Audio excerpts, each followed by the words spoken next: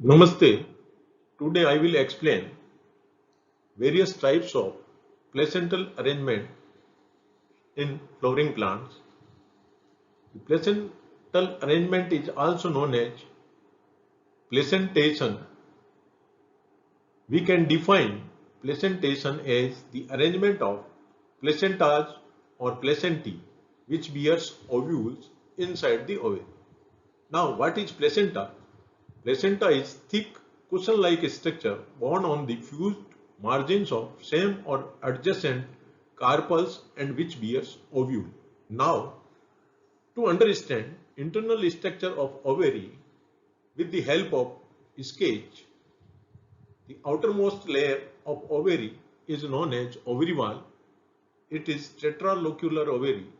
Then there is locule, and at the fused margins of carpel there are placentae, and placentae bears numerous ovules.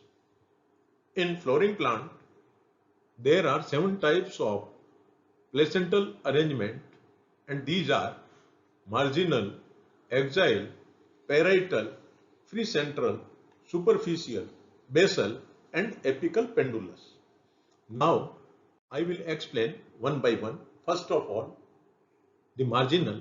In this type of placentation, the gynoecium is monocarpellary. If multicarpellary, then it must be apocarpus. The ovary is unilocular and the numerous ovules are borne in one or more rows on the placenta, which is situated on the fused margin of same carpel. The arrangement of ovules and placenta we can see in longitudinal and transverse section of ovary as per sketch. Examples of this type of placentation are Pisum sativum, Indigofera, and Crotalaria. Next type of placentation is axial placentation. In this type of placentation, the gynoecium is by2 multicarpellary and always syncarpous.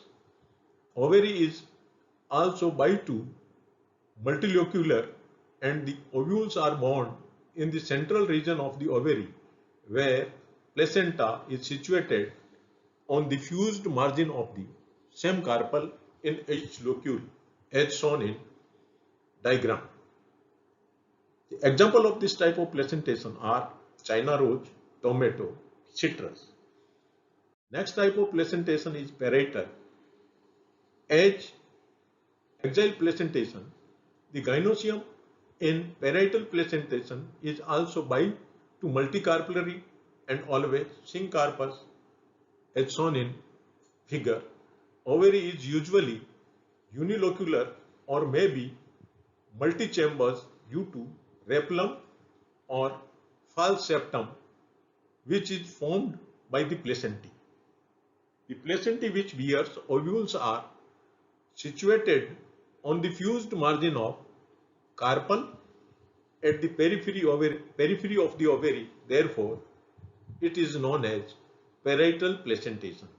The common example of this type of placentation are Argemone, Brassica species, and Coccinia. Next placentation is free central placentation. In free central placentation, the gynoecium is by2 multicarpellary and always syncarpous.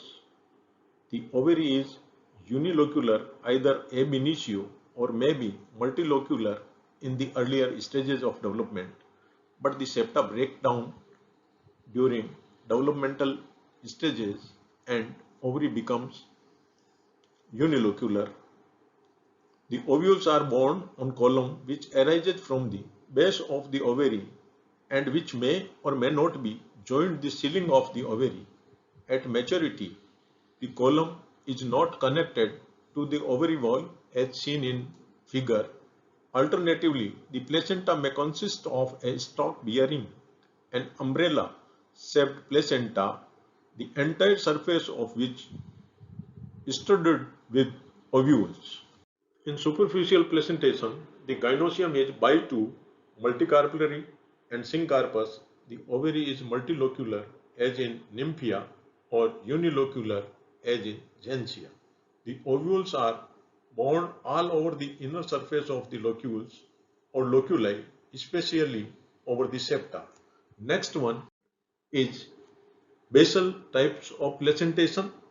In basal type of placentation, ovary may be mono or bicarpellary, syncarpous and unilocular.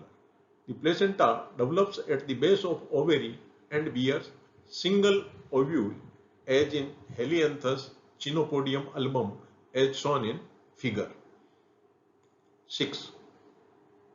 Last one is apical pendulous. In this type of placentation, the ovary is monocarpellary or multicarpellary, but syncarpous and unilocular. The placenta situated at the ceiling of the ovary or loculus, therefore it is also known as apical pendulous type of placentation. Example of this type of placentation is Quiscales. Today I have tried to explain all 7 types of placentations found in angiospermic plant. We will meet next time with another important topic. Till then, stay home, stay safe. Jai Hind.